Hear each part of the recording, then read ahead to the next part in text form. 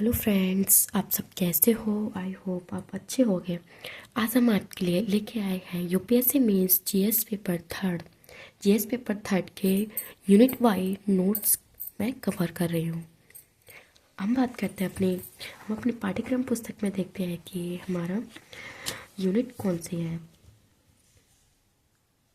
हमारी यूनिट है 15 आपदा और आपदा प्रबंधन। हमने आपदा प्रबंधन के कई पार्ट मैंने अपने चैनल की प्लेलिस्ट में अपलोड कर दिए हैं, आप जाकर देख सकते हैं। आज हमारा पार्ट है फोर्थ, भारत में प्राकृतिक आपदाएं। मैंने प्राकृतिक आपदाएं पढ़ा दी हैं अपने नेक्स्ट वीडियो में। आज हम बात करेंगे भारत में प्राकृतिक आपदाएं।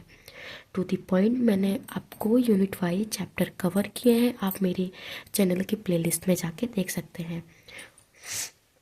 यह टॉपिक हमारा डिजास्टर मैनेजमेंट। अब हम बात करते हैं टू दी पॉइंट अपने चैप्टर पे। भारत में आपदाएं किन किन कारणों से आती हैं। पहला है हमारा बाढ़।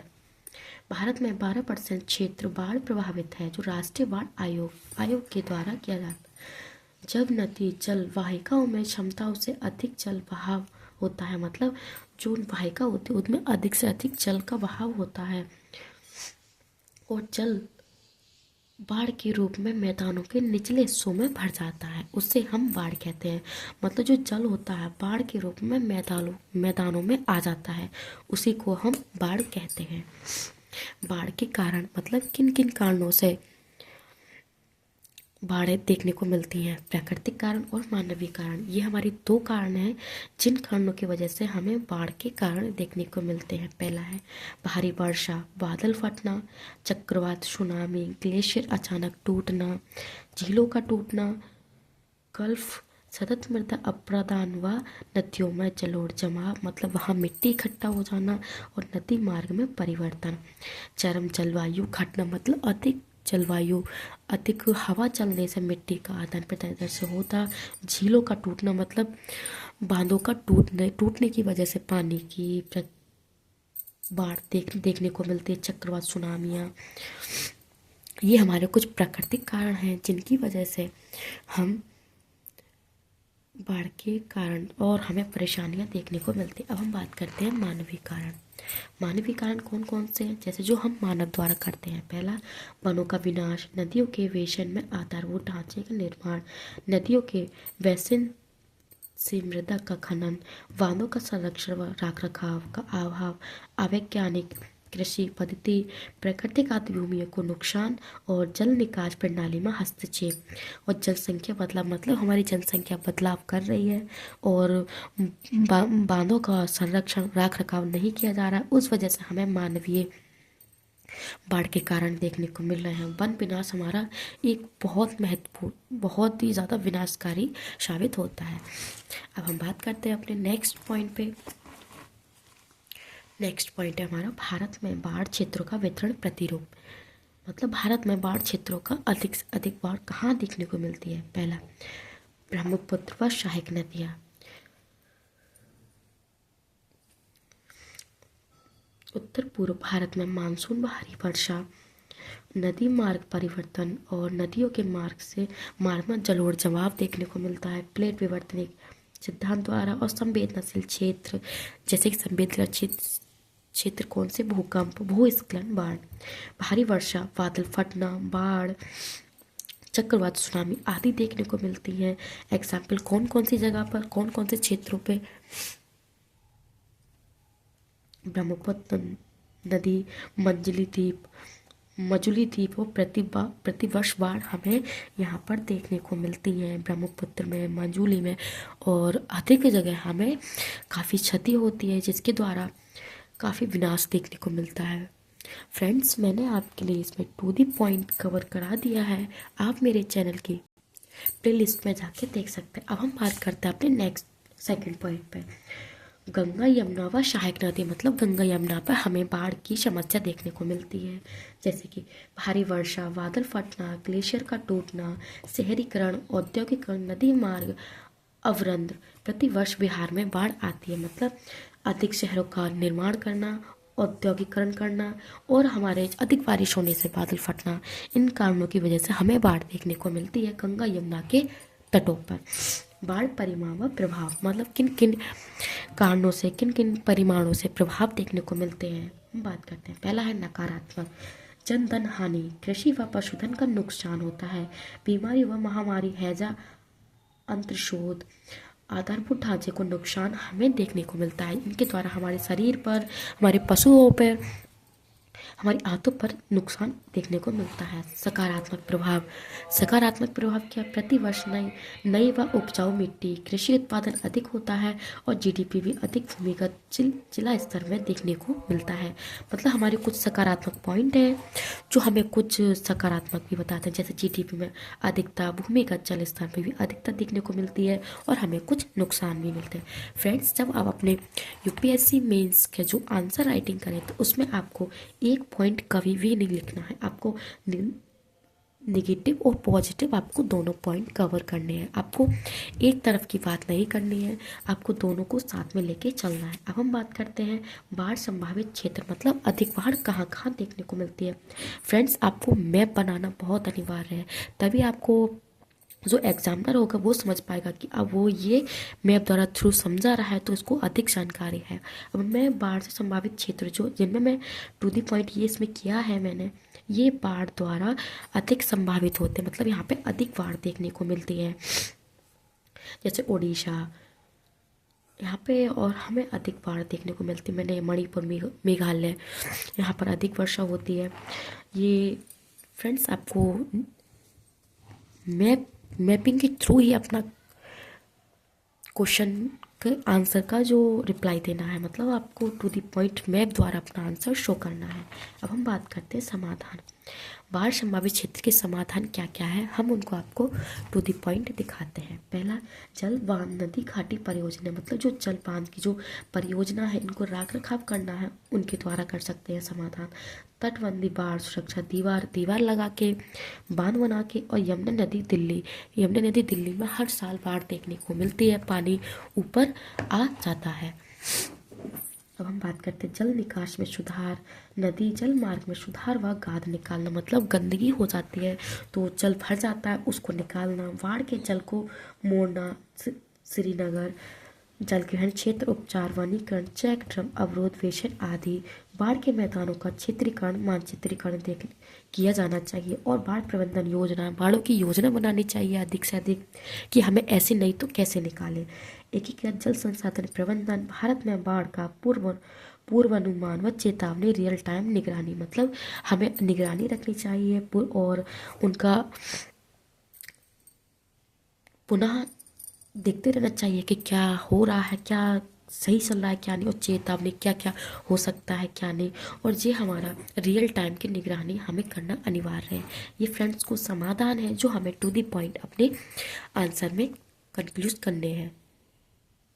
अब हम बात करते हैं शहरी बाढ़, अर्बन फ्लड। शहरी बाढ़ कैसे कैसे देखने को मिलते हैं, किन कारणों से, जैसे कि मुंबई, चेन्नई, श्रीनगर, गुरुग्राम, हैदराबाद, पूना आदि शहर हाल ही के वर्षों में शहर बाढ़ों को लेकर चर्चा में रहा है। मतलब ये मुंबई, श्रीनगर, गुरुग्राम, हैदराबाद आदि जो शहर हैं वो चर्चा में है।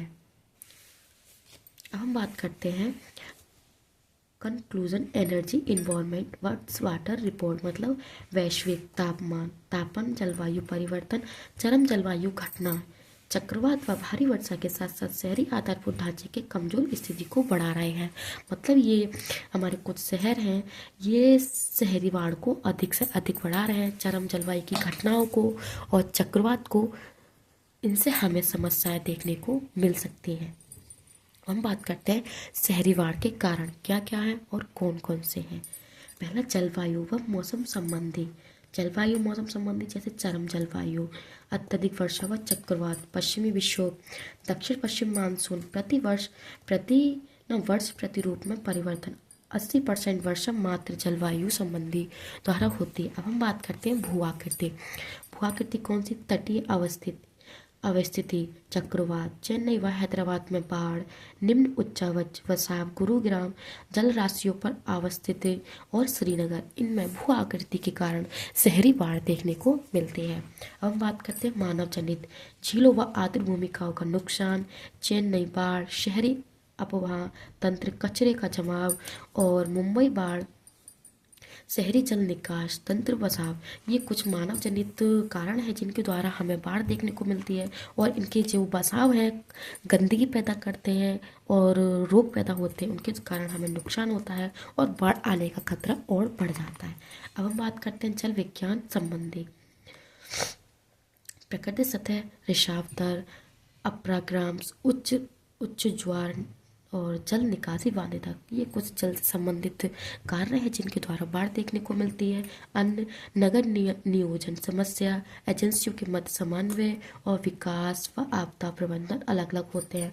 मतलब ये कुछ फैक्ट्रियों कंपनी द्वारा गंदगी देखने को मिलती है और गाद जमा होता है और बाढ़ हमें और अधिक देखने को मिलती है।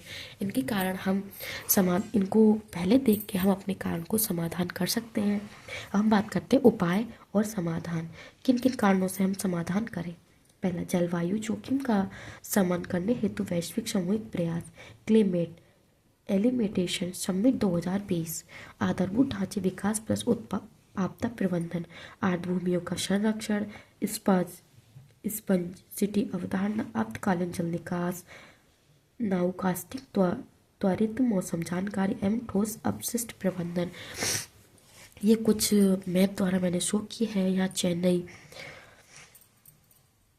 कहाँ कब स्थापित हुई थी, जैसे चेन्नई 2015 में, पुणे 2019, मुंबई 2017 और श्रीनगर 2014। मतलब ये बाढ़ आने की जगह है, स्थापित तो थे नहीं, लेकिन यहाँ पे हमें अधिक बाढ़ देखने को मिली 2014 में मुंबई में यहाँ पे, और 2022 में हैदराबाद में हमें अधिक बाढ़ देखने को मिले हैं।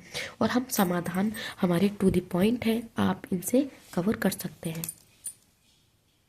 अब हम बात करते हैं भूख डाट। भारत में 19% भाग पेयजल, सिंचाई, जल आदि का संकट से झेल रही है। मतलब जो हमारे 19% का जो भाग है वो भूख से बिलप रहा है। अब हम बात करते हैं कारण कौन कौन से, प्राकृतिक और मानवीय, दोनों कारणों को हम टू द पॉइंट देखते हैं। पहला, चरम जलवायु, अल नीनो वर्षा अधिक, कम सूखा, वर्ष की अनियमितता व अनिश्चितता, भूमिगत जल संकट बुंदेलखंड में, यहाँ पर हमें जल संकट देखने को मिला है। अब हम बात करते हैं मानवीय कारण, वनों का विनाश, जल दुरुपयोग, सिंचाई उद्योग, जल प्रदूषण, भूमिगत जल दोहन, अर्धभूमियों का नुकसान, जल संरक्षण व प्रबंधन, वर्षा जल संरक्षण का अभाव, ये हमारे कुछ भूख एवं पेयजल, सिंचाई एवं खाद्यान्नों की कमी के कारण हैं जिनके द्वारा मानव और प्रकृति के कारण हमें संकट झेलने पड़ते हैं और हमें काफ़ी परेशानियां होती हैं। अब हम बात करते हैं अपने नेक्स्ट पॉइंट, सूखा से प्रभावित क्षेत्र। मतलब कौन कौन से क्षेत्र जहाँ पर हमें सूखा देखने को मिलती है। पहला, अत्यधिक सूखा प्रभावित क्षेत्र, पश्चिमी राजस्थान, कच्छ और बुंदेलखंड, ये हमारे अधिक सूखे वाले क्षेत्र हैं। फ्रेंड्स, ये सूखा, माफ़ी चाहती हूँ फ्रेंड्स, ये सूखा है, भूखा नहीं है, सूखा है।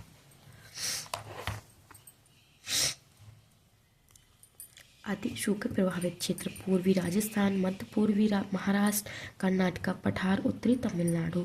मध्यम सूखे प्रभावित क्षेत्र, उत्तरी राजस्थान, हरियाणा, झारखंड। फ्रेंड्स, मुझे माफ़ करना, मुझे कोल्ड हो रहा है तो बार बार ये करना अच्छी बात नहीं है, माफ़ी चाहती हूँ मैं। यह मैंने आपको जब अब अपने आंसर शीट में आंसर लिखें तब आपको मैप द्वारा दर्शाना चाहिए कि राजस्थान में सूखा देखने को मिलती है, राजस्थान में, कर्नाटका, यहाँ कर्नाटका, तमिलनाडु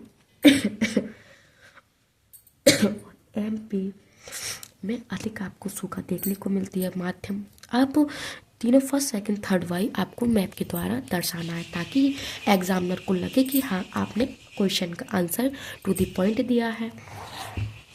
अब हम बात करते हैं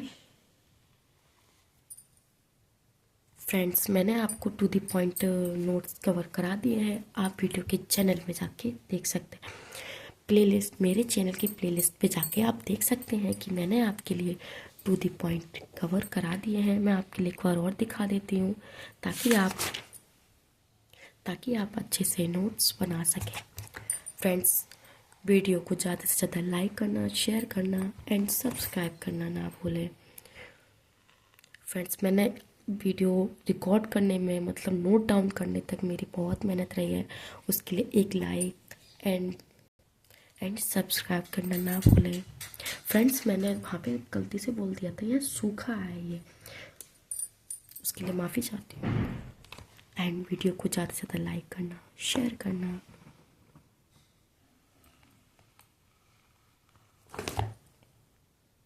thank you friends, all the best, all the best for UPSC preparation.